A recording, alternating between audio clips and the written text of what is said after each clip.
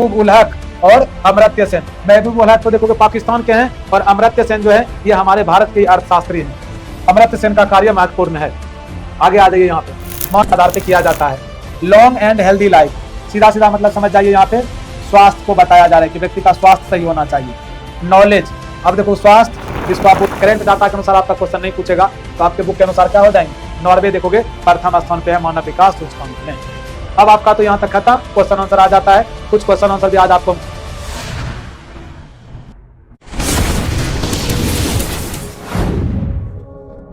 Hello my dear student, तो कैसे हैं आप लोग। आशा करता हूं आप लोग बहुत अच्छे होंगे। आप सभी स्टूडेंट की तैयारी बहुत ही बेहतर तरीके से हो रही होगी और आप सभी स्टूडेंट को आज वन शॉट सीरीज के अंतर्गत मिलने वाला है और देखने वाले जो आप ज्योग्राफी का तीसरा चैप्टर मानव विकास ह्यूमन डेवलपमेंट। आप इससे पहले 2 चैप्टर पढ़ चुके हैं, 2 चैप्टर का वीडियो आप देख चुके हैं अच्छी तरह से और इस चैप्टर को भी हम बेहतर तरीके से आपको समझाने वाले हैं, बताने वाले हैं। यदि आपका कॉन्सेप्ट क्लियर हो जाता है तो मैं आपको बता दूं कि आपका एक भी प्रश्न आपके एग्जाम में नहीं छूटने वाले हैं। तो इसीलिए आप सभी स्टूडेंट इस वीडियो के शुरू से लास्ट तक जरूर बने रहिएगा। चैप्टर ये बहुत बड़ा नहीं है, छोटा चैप्टर ये, जल्दी ही देखोगे आपका पूरा भी हो जाएंगे। जो क्वेश्चन इस चैप्टर से बनते हैं उस सभी टॉपिक को हम बेहतर रूप से क्लियर करते चलेंगे। तो चलिए शुरुआत करते हैं आज के इस वीडियो सेशन का, जो चैप्टर आपका है मानव विकास। और उससे पहले मैं आपको बता दूं कि आप सभी स्टूडेंट के लिए योद्धा एकेडमी के द्वारा देखोगे संघर्ष बैच लाया गया है। आप जो भी आर्ट्स के स्टूडेंट हैं वो इस बैच में आप ज्वाइन कर सकते हैं और इस बैच में आपको ये सभी सब्जेक्ट पढ़ाए जाएंगे जो आपको यहाँ दिख रहा होगा। बाकी देखोगे इस बैच में ज्वाइन करने के लिए आपको मात्र 199 रुपया पे करना है और इस बैच की वैलिडिटी आप लोगों के लिए 1 साल की वैलिडिटी, एकदम आराम से आप पढ़ सकते हो। और सभी क्लासेस आपको योद्धा एकेडमी एप्लीकेशन पे दिख जाएगा। वहां से आप panel PDF, A4 size notes, daily practice set, ये सब आप वहां से ही पूरा कर सकते हो। तो आप सभी स्टूडेंट को योद्धा एकेडमी एप्लीकेशन को डाउनलोड करना और इस क्लास का जो भी पीडीएफ मटेरियल जो भी है वो सभी चीज आपको वहीं पे मिल जाएगा। चलते हैं आपके चैप्टर की तरफ और आपका चैप्टर है आज का मानव विकास। सबसे पहले आप समझिएगा कि मानव विकास है क्या, मानव विकास किसे कहते हैं, और यहां से आपके एग्जाम में देखोगे क्वेश्चन भी बन जाते हैं। इसीलिए टॉपिक आपका VVI शुरू में ही हो गया कि मानव विकास यदि पूछ लिया जाए कि मानव विकास क्या है, मानव विकास किसे कहते हैं, तो आप इसको इस तरह से लिख सकते हैं। ध्यान रखिएगा कि मानव विकास जो है मानव की आकांक्षाओं एवं उन्हें उपलब्ध जीवन यापन की सुविधाओं के स्तर को विस्तृत करने की प्रक्रिया है। क्या आप फिर से समझिएगा, मानव विकास मानव की आकांक्षाओं, मतलब आकांक्षा मतलब आपका जो उम्मीद है, आशा है, उन्हें उपलब्ध जीवन यापन की सुविधाओं के स्तर को विस्तृत करने की प्रक्रिया है।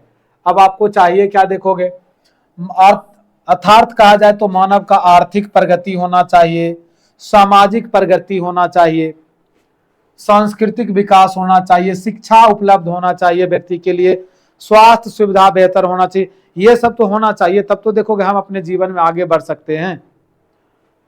सेवाएं, स्वास्थ्य सेवाएं और राजनीतिक विकास के विकल्पों के वृद्धि करने की प्रक्रिया ही देखोगे मानव विकास का क्या होता है, लक्ष्य होता है।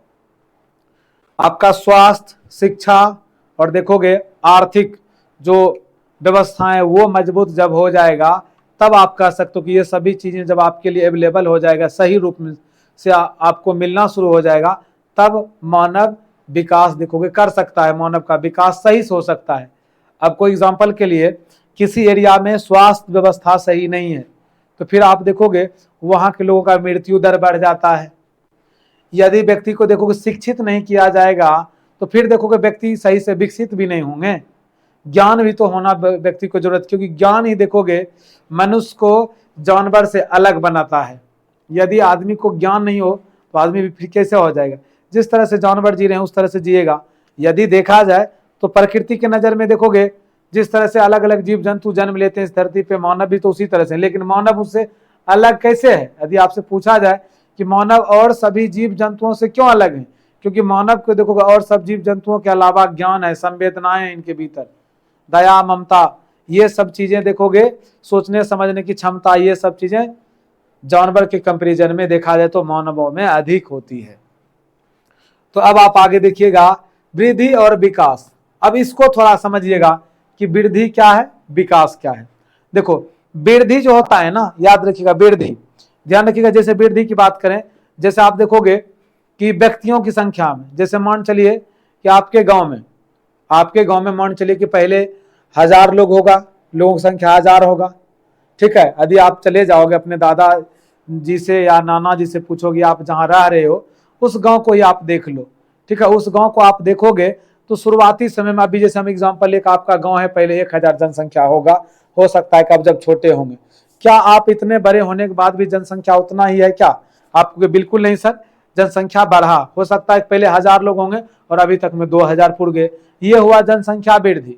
अब जनसंख्या वृद्धि के साथ साथ अब वहां देखना पड़ेगा कि विकास कितना हुआ।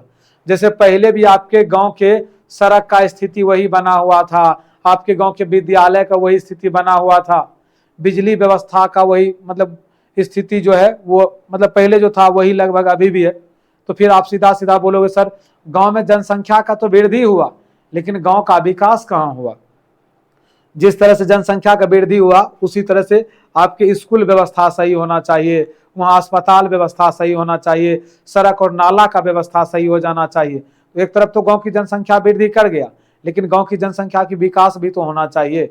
शिक्षा व्यवस्था सही होगा तब तो वहाँ के लोग पढ़े लिखेंगे और कुछ बेहतर अपने जीवन में आगे जा करके करेंगे।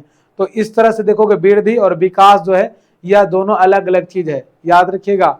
वृद्धि और विकास दोनों अलग अलग चीज है। वृद्धि तथा विकास दोनों समय के संदर्भ में होने वाले परिवर्तन को प्रदर्शित करते हैं। याद रखिएगा कि वृद्धि और विकास जो है दोनों समय के साथ परिवर्तित भी होते हैं, बदलते भी हैं। अब समझिएगा, वृद्धि तथा विकास का एक अर्थ नहीं होता है, वृद्धि तथा विकास का एक अर्थ नहीं होता है। वृद्धि जो है यह मात्रात्मक होता है, जैसे अभी हम बात कर रहे थे वृद्धि जनसंख्या का, यह मात्रात्मक होगा यानी मात्रा में बढ़ेगा। आप इसको गिन भी सकते हो, जैसे जनसंख्या को गिन सकते हो, विकास को आप देख सकते हो, मात्रात्मक नहीं होते हैं, देख सकते हो, गिन नहीं सकते हो, अनुभव भी कर सकते हो।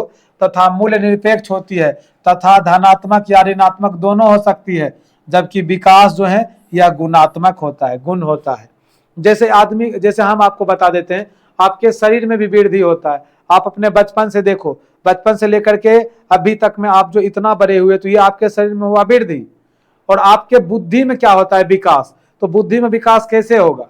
जैसे मान चलो कोई बच्चा है, जैसे दो बच्चा का हम कंपेरिजन करते हैं, दोनों साथ साथ बड़ा हुआ, ठीक है। ऐसे समझिएगा कि दो बच्चे हैं, दोनों साथ साथ बड़ा हुआ, दोनों बच्चे 10-10 साल के हैं। एक बच्चे को उनके मम्मी पापा स्कूल भेजना शुरू किया, अच्छे स्कूल में जा रहे हैं, पढ़ रहे हैं, 5 साल में हो सकता है उसका एडमिशन करा दिया, बच्चा पढ़ लिख रहा था। और ये 10 साल वाला जो बच्चा है, दोनों एक ही साथ बड़े हुए हैं, लेकिन ये 10 साल वाले बच्चे को क्या किया गया? सही स्कूल में दाखिला नहीं कराया गया, गए किसी तरह से पढ़ लिख रहे हैं। और दोनों के बुद्धि में अंतर समझिएगा। जब दोनों 10 साल वाले बच्चे, दोनों का सेम ही है, दोनों को बैठा कर उसके बुद्धि का जांच पड़ताल करोगे तो मे भी हो सकता है कि जिस बच्चे को अच्छे माहौल में दिया गया होगा, अच्छी तरह से शिक्षित किया गया होगा, उनका जो है बौद्धिक विकास जो है इस बच्चा के कंपैरिजन में अधिक हुआ होगा। यानी दो बच्चा की जो हम तुलना करें, तो अब यदि बात किया जाए तो वृद्धि तो आप दोनों का देख लिए, शरीर में जो वृद्धि हुआ, लेकिन यदि देखा जाए तो उसके बौद्धिक विकास जो हुआ गुणात्मक रूप में हुआ, जिसको आप देखोगे, परखोगे, उनके गुण को बैठा करके जानोगे, समझोगे, तब उसको हम बोलते हैं गुणात्मक। तो विकास होता है गुणात्मक और यह मूल सापेक्ष होता है, तथा विकास उस समय होता है जब गुणवत्ता में, विकास हम तब मान सकते हैं जब गुणवत्ता में, क्वालिटी में क्या हो? धनात्मक वृद्धि हो, धनात्मक या सकारात्मक परिवर्तन हो।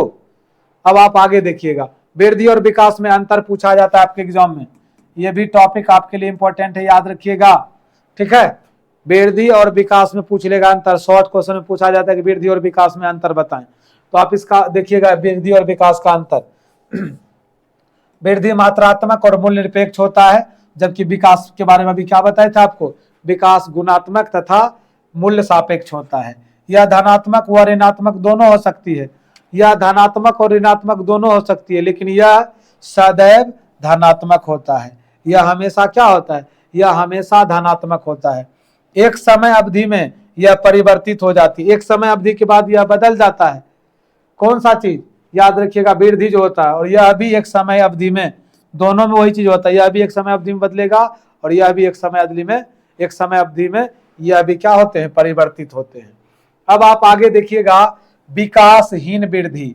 अब आपको कि सर विकासहीन वृद्धि क्या है? ठीक है, विकासहीन वृद्धि हम किसको कहते हैं? तो इसको समझिएगा, जब वृद्धि तथा विकास साथ साथ नहीं चलते हैं तब ऐसी वृद्धि को हम लोग बोलते हैं विकासहीन वृद्धि। आपको सर ये क्या चीज हुआ? अभी आपको एक गांव का एग्जांपल दे रहे थे ना कि आपके गांव की जनसंख्या देखोगे पहले 1000 था, उस दौरान आपके गांव में एक स्कूल थे। ठीक है, उस दौरान आपके गांव में एक ही स्कूल थे। सड़क व्यवस्था मिला जुला के ठीक ठाक था, लाइन व्यवस्था भी देखोगे ठीक ठाक था। लेकिन अब उस गांव की जनसंख्या मान के चलो कि 1000 थे और 20 साल बाद वो गांव की जनसंख्या हो गया 5000। तो क्या अब एक स्कूल से काम चलेगा? क्या अब एक अस्पताल से काम चलेगा? क्या लाइन व्यवस्था में, सड़क व्यवस्था में, ये सब चीजों में सुधार होनी चाहिए या नहीं होनी चाहिए? आपको निश्चित सर। लेकिन वही 20 साल पहले भी एक स्कूल था गाँव में, अभी 20 साल बाद भी एक ही स्कूल है। तो सीधा सीधा मतलब है कि आपके गांव में जो है फैसिलिटी यानी सुविधा बेहतर नहीं किया गया है। गांव में जनसंख्या का तो वृद्धि हो गया, लेकिन जो है विकास जो है वह उसके समांतर में नहीं चला। तो जब वृद्धि के समांतर में विकास नहीं होता है तो याद रखिएगा इस चीज को हम लोग बोलते हैं विकासहीन वृद्धि। समझ गए होंगे आप किसी बच्चे पे भी ये लॉजिक लगा सकते हो कि कोई बच्चा जो है, मान चलो कि 5 साल पहले भी उनकी बुद्धि उतना ही था और 5 साल बाद भी उनकी बुद्धि उतना ही हो गया, मतलब वृद्धि होने के बाद भी बुद्धि में कोई खास वृद्धि नहीं हुआ। ठीक है, शरीर में तो वृद्धि हो गया, बुद्धि में वृद्धि नहीं हो पाया, तो उसके लिए भी वो चीज विकासहीन वृद्धि होगा। कहने का मतलब बच्चा जिस हिसाब से बड़ा हुआ उस हिसाब से उसके बुद्धि और ज्ञान में वृद्धि नहीं हो पाया। इस तरह का विकासहीन वृद्धि हो सकता है। वो हम एक बच्चा का एग्जाम्पल दिए, गांव का एग्जाम्पल दिया आपको ताकि आप समझ जाओ। आगे देखिए यहाँ पे, विश्व में भारत सहित विश्व के अनेक विकासशील राष्ट्र में हो रही विकासहीन वृद्धि से बढ़ रही गरीबी तथा प्रादेशिक असंतुलन के प्रमुख कारण है। सबसे पहला पॉइंट देखिए, भूमि तथा प्राकृतिक संसाधनों का असमान वितरण, और दूसरा पॉइंट है सामाजिक विकास के लिए पर्याप्त वित्तीय संस्थाओं का अभाव यानी कमी। अब अगला क्वेश्चन आपका है विकास युक्त वृद्धि। क्या? विकास युक्त वृद्धि, ऐसी वृद्धि जिसमें वृद्धि के साथ साथ विकास भी होता है, इसी को बोला जाता है विकास युक्त वृद्धि। ऐसी वृद्धि समझिएगा जिसमें वृद्धि के साथ साथ विकास भी होता है, और इसे क्या बोला जाता है? विकास युक्त वृद्धि। मतलब अब यहाँ पे क्या होगा, जब वृद्धि के साथ साथ विकास भी चलेगा, मतलब विकास भी होगा, तब इसको हम लोग बोलते हैं विकास युक्त वृद्धि।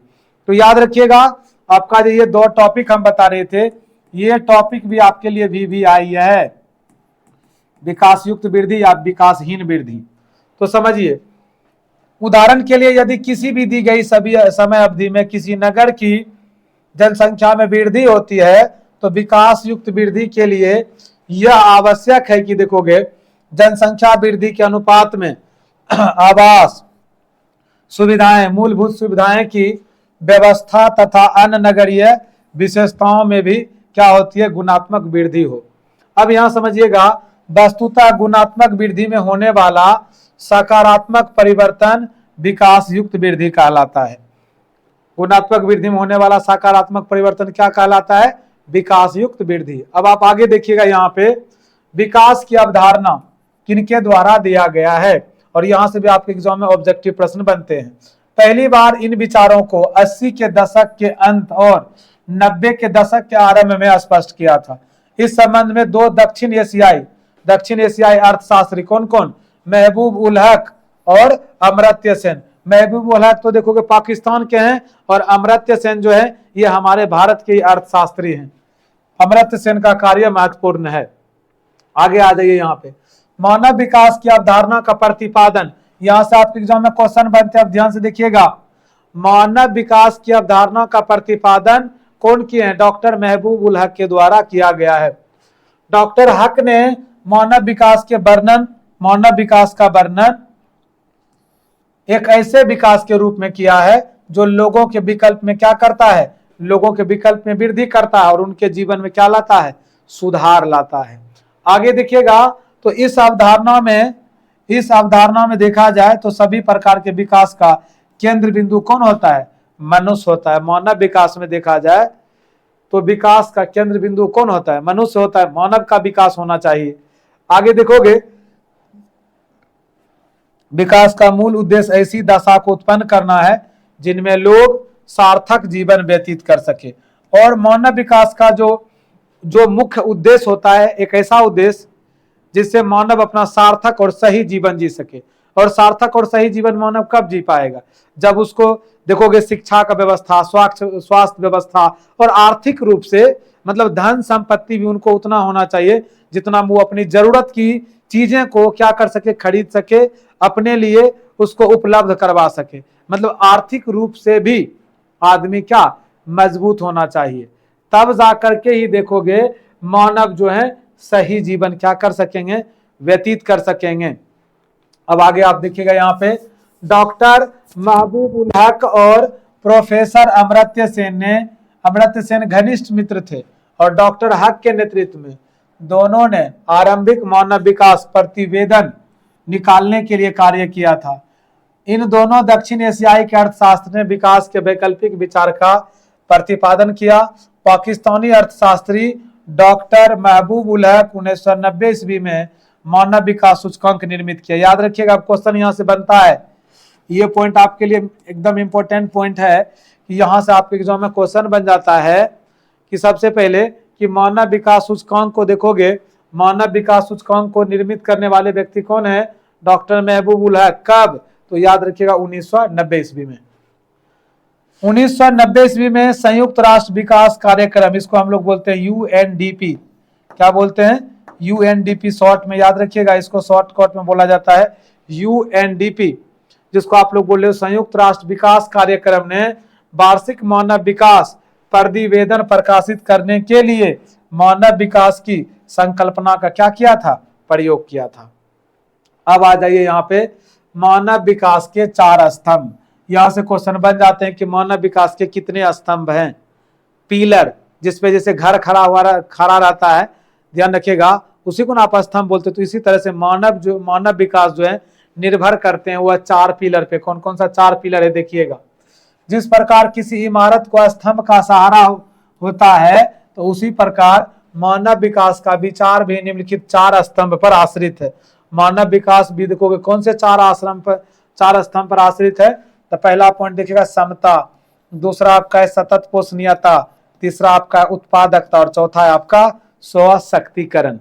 अंग्रेजी में इक्वलिटी यहाँ पे होगा, इक्वलिटी समता मतलब समानता होता है। तो एक एक करके इन सभी चीजों को हम लोग देखते हैं।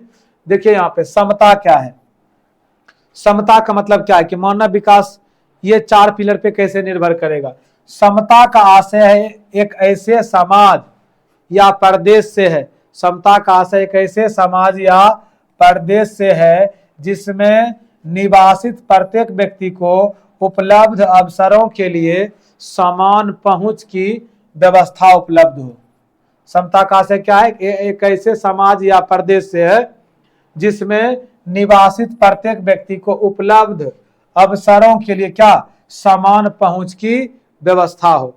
आगे आप देखिएगा सतत पोषणीयता, इसके अंतर्गत यह माना जाता है कि किसी क्षेत्र में उपलब्ध पर्यावरणीय, वित्तीय तथा मानवीय संसाधन का उपयोग विवेकपूर्ण ढंग से इस प्रकार किया जाए जिससे इन संसाधनों की उपलब्धता समान रूप से आगे आने वाली पीढ़ियों को हो सके।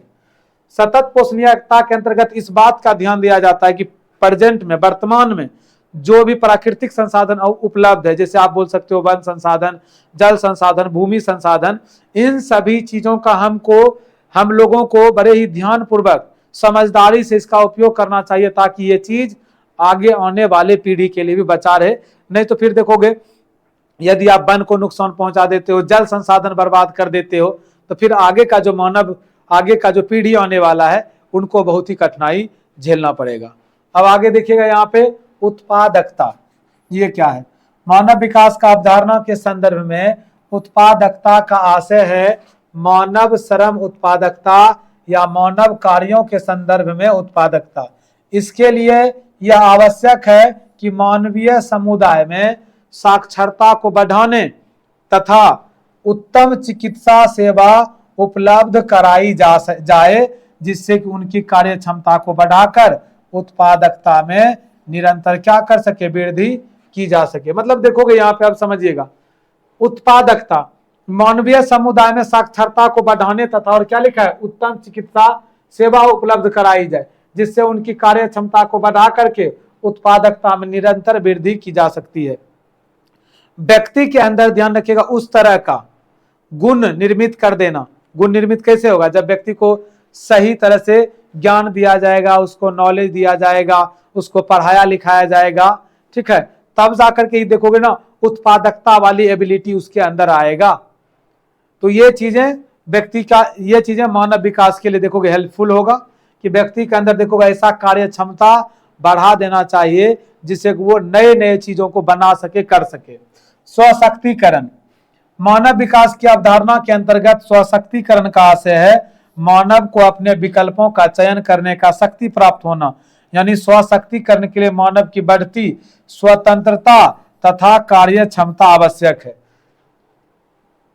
इसके अंतर्गत देखो मानव विकास की अवधारणा में स्वशक्तिकरण का आशय मतलब ये है कि मानव के पास विकल्प होना चाहिए, जो उनके मतलब जिस तरह का उनके अंदर एबिलिटी हो, क्षमता हो, उस तरह का वो कार्य कर पाए। लेकिन इससे पहले देखोगे मानव को क्या करना पड़ेगा, अत्यधिक मेहनत करना पड़ेगा, उस चीज को सीखना पड़ेगा, तब तो जाकर के वो अपने मन से स्वतंत्र होकर के किसी कार्य को वो चुन सकता है सबसे पहले, लेकिन उसको अपने कार्य क्षमता को विकसित करना पड़ेगा। अब आप लोग आगे आ जाओ, मानव विकास के उपागम। मानव विकास के उपागम भी 4 उपागम है। मानव विकास के अध्ययन के लिए निर्धारित 4 उपागमों का उपयोग प्रमुख रूप से किया जाता है। कि मानव के विकास के, देखोगे मानव विकास के अध्ययन के लिए, कि मानव विकास के अध्ययन के लिए हम लोग देखोगे यहाँ पे 4 उपागम, मतलब कि मानव विकास कर रहा है या नहीं कर रहा है, तो इसके लिए हम 4 अप्रोच लगाते हैं, पता करते हैं कि मानव का विकास किन किन आधार पे पता कर सकते हैं। आय उपागम के आधार पे, कल्याण उपागम के आधार पे, न्यूनतम आवश्यकता उपागम के आधार पे और क्षमता उपागम के आधार पे कि मानव किस हिसाब से विकास कर रहा है। तो ये सब चीजें क्या है, तो इसको आप लोग देखिएगा। आय उपागम यानी इनकम अप्रोच में क्या देखा जाता है, मानव विकास के अध्ययन का यह सबसे पुराना उपागम है। उपागम का मतलब बार बार आप समझिएगा कि मानव के बारे में इस बात से भी अनुमान लगाया जा सकता है कि मानव का विकास हो रहा है। आय उपागम जो है यह मानव विकास को जांच करने का, मानव विकास के बारे में जानने का सबसे पुराना तरीका है। इसमें क्या देखा जाता है, देखिए इसमें मानव विकास का निर्धारण मानव की आय के साथ जोड़कर ज्ञात किया जाता है कि मतलब व्यक्ति कमा कितना रहा है, इससे भी अनुमान लगाया जाता है। इस संदर्भ में यह माना जाता है कि किसी व्यक्ति की आय का स्तर उच्च है तो उसके मानव विकास का स्तर भी ऊंचा होगा। यहाँ पे क्या देखा जाता है, ये सोचा जाता है कि व्यक्ति यदि अधिक धन अर्जित कर रहे हैं, कमा रहे हैं, तो निश्चित है कि उनका जीवन स्तर बेहतर होगा। तो उसको इस आधार पर यह माना जाता है कि मानव विकास ठीक ठाक है। लेकिन आगे बताएंगे ये चीजें भी देखोगे पूर्णतः सही नहीं हो पाती है, क्योंकि कुछ ऐसे देश का आपको हम डाटा दिखाएंगे जो मानव विकास में देखोगे टॉप लेवल पे है, लेकिन कुछ ऐसे भी देश हैं जो देखोगे धन बल से परिपूर्ण है लेकिन उससे भी पीछे है। जिसे आपको हम बताएंगे नॉर्वे के बारे में, स्विट्जरलैंड के बारे में, ठीक है, ये सब देश देखोगे टॉप कंट्री में आते हैं। जैसे हम लोग का देश देख लोगे भारत, भारत का स्थिति मानव विकास में और भी गड़बड़ है।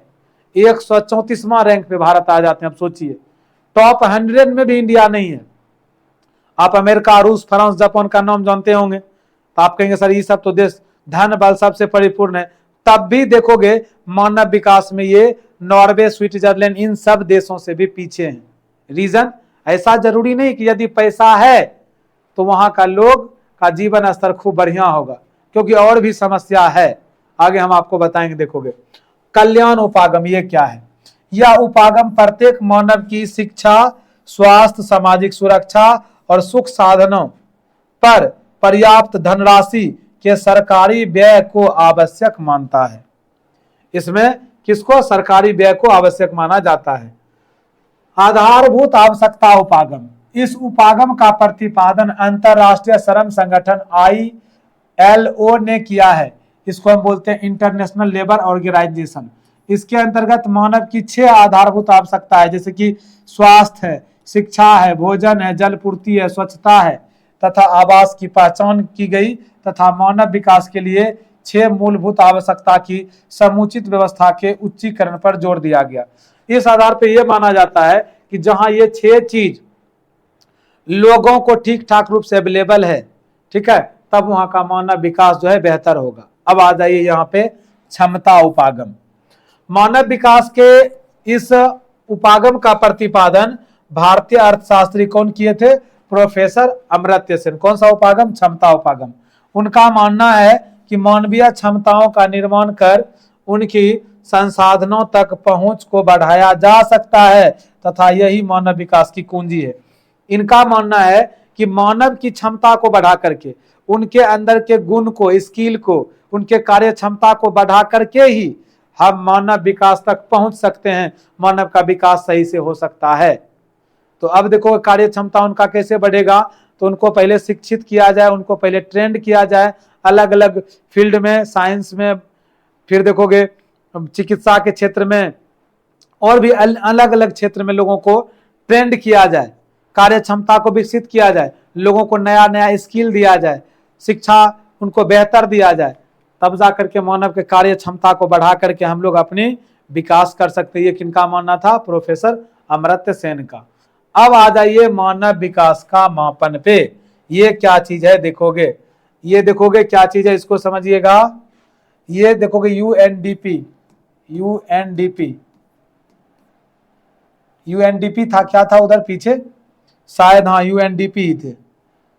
यहाँ यूएनडीपी मानव विकास सूचकांक देखोगे, ये था इंडेक्स में HDI था। मानव विकास का मापन देखोगे 21 आधार पे किया जाता है। लॉन्ग एंड हेल्दी लाइफ, सीधा सीधा मतलब समझ जाइए, यहाँ पे स्वास्थ्य को बताया जा रहा है कि व्यक्ति का स्वास्थ्य सही होना चाहिए।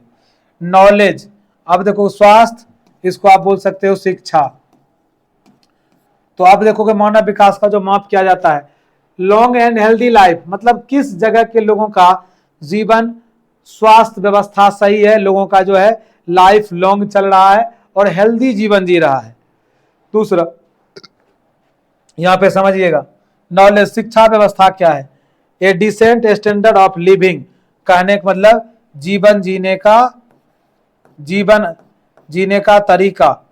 ए डिसेंट स्टैंडर्ड ऑफ लिविंग, जीवन जीने का तौर तरीका, जीवन जीने का बेहतर, देखोगे जीवन जीने का बेहतर तरीका। ये 3 चीजों पे देखोगे ये चीजें निर्भर करती है। अब आपको हम आगे लेके चलते हैं, ये तो अंग्रेजी में था। यह सूचकांक देखोगे, हाँ यूएनडीपी जो हम कर रहे थे चर्चा, यूएनडीपी ही सही है, ठीक है। यह सूचकांक देखोगे तो यह सूचकांक संयुक्त राष्ट्र विकास कार्यक्रम कौन जारी करता है? यूएनडीपी। ये जो आप लोगो देख रहे थे ना, ये लोगो यहाँ पे अभी चित्र में, ये कौन जारी करते हैं? यूएनडीपी जारी करते हैं। इसको कौन जारी करते हैं? यूएनडीपी। सर्वप्रथम यह सूचकांक अभी हम आपको बताए ही थे, महबूब उल हक पाकिस्तानी अर्थशास्त्री के निर्देशन में प्रस्तावित किया गया था। यह सूचकांक कब से जारी किया जाता है? याद रखिएगा, यह सूचकांक 1990 से जारी किया जाता है। यूएनडीपी द्वारा प्रकाशित मानव विकास रिपोर्ट यानी HDR, ह्यूमन डेवलपमेंट रिपोर्ट, विभिन्न देशों की तुलना में उन लोगों के शैक्षिक स्तर, स्वास्थ्य की स्थिति, प्रति व्यक्ति आय के आधार पर करती है। अब आगे आप देखिएगा, यहाँ पे मानव विकास सूचकांक के 3 सूचक हैं। जीवन आशा अभी आप बताए थे ना, स्वास्थ्य व्यवस्था आप बोल सकते हैं, उसके बाद शिक्षा, जीवन स्तर मतलब जीवन का तौर तरीका क्या है जीने का लोगों का। तो अब देखिए फॉर्मूले के रूप में इसको आप ऐसे भी रख सकते हैं, HDI। आपको सर HDI क्या है? ह्यूमन डेवलपमेंट इंडेक्स, इसको हम लोग बोलते हैं मानव विकास सूचकांक। क्या बोलते हैं? इसको हम लोग बोलते हैं मानव विकास सूचकांक। इसमें आप देखो क्या होता है, जीवन आशा सूचकांक प्लस शिक्षा प्राप्त प्लस देखोगे जीवन स्तर सूचकांक, क्या हो जाएंगे? जीवन स्तर सूचकांक। मानव विकास रिपोर्ट 2021-22 के अनुसार 193 देश में भारत का स्थान 132वां है। और पहला देश कौन है? स्विट्जरलैंड और नॉर्वे। और तीसरा कौन है? तीसरा है आपका आइसलैंड। पहला कौन है देखोगे, लेकिन आपके बुक में देखोगे ना, आपके बुक के डाटा तो, आपका बुक के डाटा तो पुराना है, इसमें नॉर्वे पहले है। यह डाटा 2021-22 का है, जिसमें स्विट्जरलैंड नॉर्वे से आगे आ गया। नॉर्वे 2 नंबर पे और आइसलैंड तीसरा नंबर पर। इंडिया आप देखोगे हम लोगों का देश 132वां स्थान पे था। अब आ जाइए यहाँ पे देखिए, मानव विकास सूचकांक का मूल्य जो है वह 0 से 1 के मध्य पर आधारित होता है। याद रखिएगा, यहां से ऑब्जेक्टिव आपके एग्जाम में आते हैं क्वेश्चन। मानव विकास सूचकांक का मूल्य 0 से 1 के मध्य आधारित होता है, और मानव विकास सूचकांक का मूल्य 1 के जितना अधिक समीप होता है उतना ही मानव विकास का स्तर अधिक माना जाता है या उच्च माना जाता है। 1 के जितना अधिक होगा, ये डाटा 1 के अधिक जितना होगा उतना ही देखोगे मानव विकास सूचकांक बेहतर माना जाता है। मानव विकास का 0.938 मूल्य मानव विकास का उच्च स्तर माना जाता है, जबकि 0.268 मूल्य मानव विकास का अत्यंत निम्न स्तर माना जाता है। अब देखिए यहाँ पे अंतरराष्ट्रीय तुलनाएं।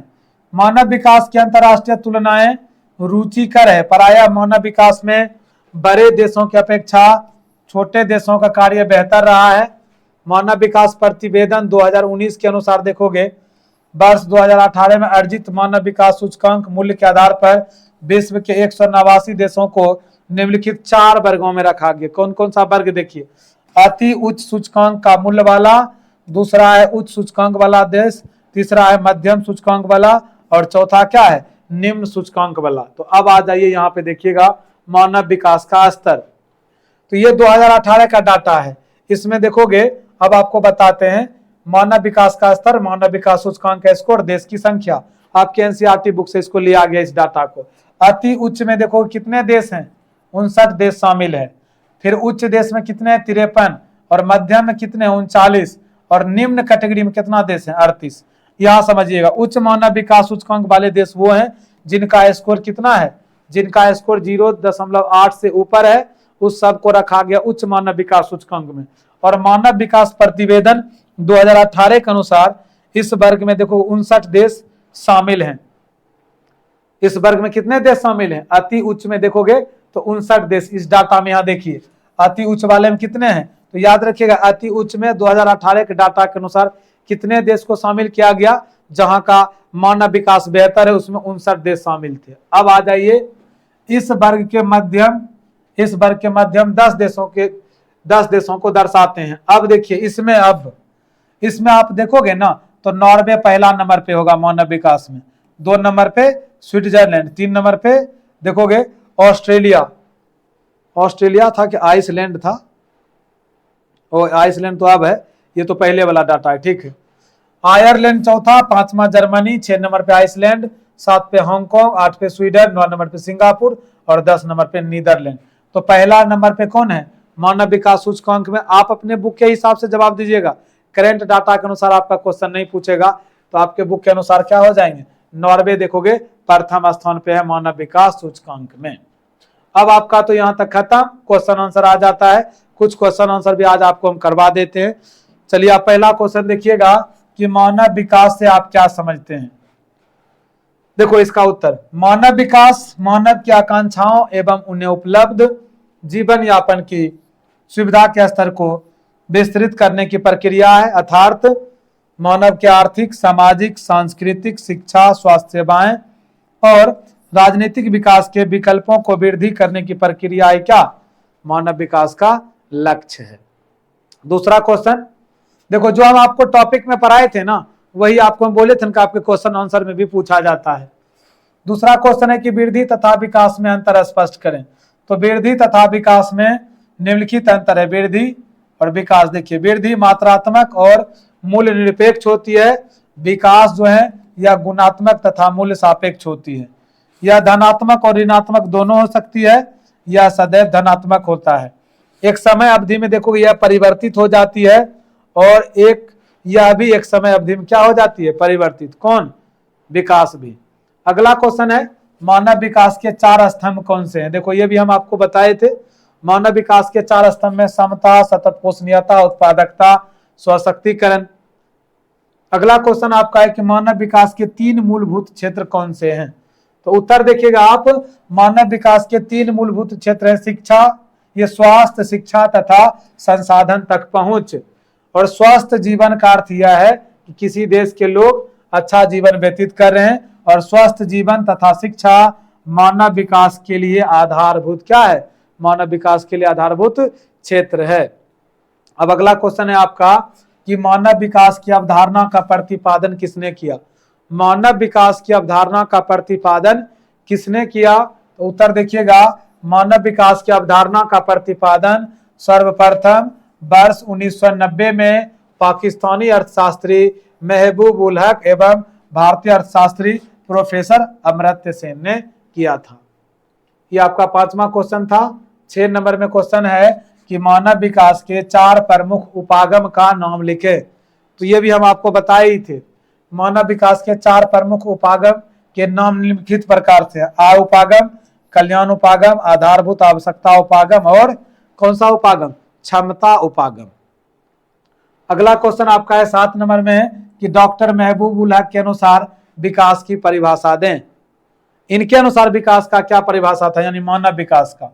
डॉक्टर महबूब उल हक ने मानव विकास की परिभाषा इस प्रकार दी है: विकास वह है जो लोगों की इच्छा और उनके जीवन में सुधार लाता है। और इस विचारधारा का जो केंद्र बिंदु किनको माना गया है? मानव को। इच्छाएं सदैव बढ़ती रहती है और विकास का प्रमुख उद्देश्य है मनुष्य एक सार्थक जीवन जी सके। अब अगला क्वेश्चन आपका है कि सार्थक जीवन क्या है? बहुत ही बेहतर क्वेश्चन है। देखोगे, सार्थक जीवन का अर्थ होता है लंबे जीवन से नहीं, यह उद्देश्य पूर्ति के लिए होना चाहिए।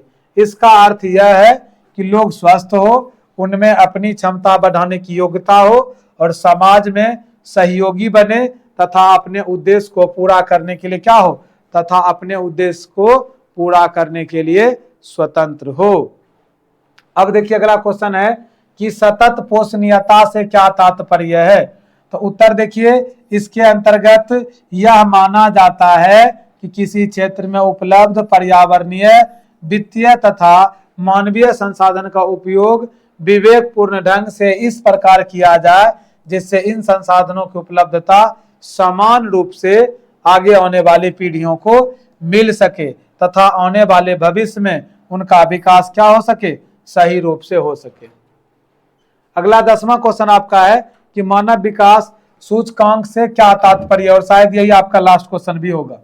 मानव विकास सूचकांक एक मापक है जिसके द्वारा किसी देश के, देखोगे, लोगों का विकास का मापन उनके स्वास्थ्य, शिक्षा के स्तर तथा संसाधनों तक उनकी पहुंच के संदर्भ में किया जाता है। यह सूचकांक 0 से 1 के बीच और कुछ भी हो सकता है, बताए थे 0 से 1 के बीच कुछ हो सकता है। यह सूचकांक 1 के जितना समीप होगा मानव विकास का स्तर उतना ही क्या होता है? उतना ही उच्च होता है। अब आपका अगला क्वेश्चन यह है दीर्घ उत्तरीय में कि मानव विकास शब्द से आपका क्या अभिप्राय है? ठीक है, तो चलिए एक दीर्घ उत्तरीय प्रश्न में आप लोग देख लीजिएगा। मानव विकास मानव की आकांक्षाओं एवं उन्हें उपलब्ध जीवन यापन की सुविधाओं के स्तर को विस्तृत करने की क्या है? प्रक्रिया है। ये हम बताए थे आपको। अर्थात देखा जाए तो मानव के आर्थिक, सामाजिक, सांस्कृतिक, शिक्षा, स्वास्थ्य सेवाएं और राजनीतिक विकास के विकल्प में वृद्धि करने की प्रक्रिया क्या है? मानव विकास का लक्ष्य है।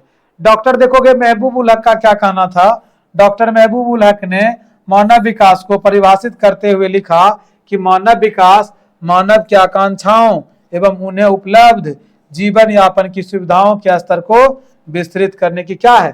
प्रक्रिया है। वस्तुतः महबूब उल हक के द्वारा प्रतिपादित विकास की इस अवधारणा में देखोगे तो विकास का केंद्र बिंदु अर्थव्यवस्था न होकर के कौन होता है? मानव होता है। अथवा मानव विकास व्यक्तियों का ऐसा विकास है जो मानवीय क्षमताओं को बढ़ा करके क्या प्राप्त किया जाता है। मानव विकास के महत्वपूर्ण पक्ष देखिए, दीर्घ एवं स्वस्थ जीवन जीना, ज्ञान अर्जित कर पाना तथा एक शिष्ट जीवन यापन करने के लिए पर्याप्त साधनों की उपलब्धता मानव विकास के सर्वाधिक महत्वपूर्ण क्या है? पक्ष है। अतः मानव विकास के अंतर्गत निम्नलिखित 3 महत्वपूर्ण पक्ष शामिल होते हैं। कौन कौन सा? देखिए यहाँ पे, दीर्घ और स्वस्थ जीवन, साक्षर या ज्ञानवान होना, आवश्यक संसाधनों की क्या उपलब्धता। तो अतः स्वास्थ्य, शिक्षा तथा संसाधनों की उपलब्धता मानव विकास के केंद्र बिंदु हैं और इन पक्ष में से प्रत्येक के मापन के लिए उपयुक्त सूचकों का विकास किया गया है। अब देखोगे आज का आपका जो टॉपिक है, इस टॉपिक को हम आज यहीं तक रखेंगे। वन शॉट सीरीज के अंतर्गत आपको हम देखो पूरा टॉपिक बता दिए और इसमें से आपको हम बहुत सारे क्वेश्चन आंसर भी करवा दिए आज। बाकी इसका ऑब्जेक्टिव क्वेश्चन आंसर देखोगे एक ही बार हम लेके आएंगे, जिसको प्रैक्टिस करवा देंगे आपको हम। आज के इस क्लास को देखोगे तो यहीं पे क्या करेंगे, हम एंड करेंगे। आप सभी स्टूडेंट से पुनः हम यही कहेंगे कि जो स्टूडेंट वीडियो को हो सकता है बीच से आए, लास्ट से आए, आप सभी स्टूडेंट इस वीडियो को शुरू से अंतिम तक जरूर देखिएगा, एकदम अच्छे तौर तरीके से, बेहतर रूप से चीजों को आप नोट भी करते जाइएगा। और आपके एग्जाम में देखोगे इस टॉपिक से जो भी चीजें पूछा जाता है उन चीजों को मैंने बहुत ही बेहतर तरीके से आपके सामने ला करके रख दिया है। तो आप सभी स्टूडेंट जो भी इस चैनल पे नए हैं, इस चैनल को सब्सक्राइब कर लें, वीडियो को लाइक कर दें और अधिक से अधिक शेयर करने का भी प्रयास करें, ताकि आपके छोटे भाई बहन भी इस वीडियो को देखें, समझे, जाने और आप सभी स्टूडेंट भी एक बेहतर परफॉर्मेंस दे पाएं। तो चलिए आप सभी स्टूडेंट से अब मिलेंगे अगले क्लास में, अगले दिन। तब तक के लिए आप सभी स्टूडेंट को जय हिंद।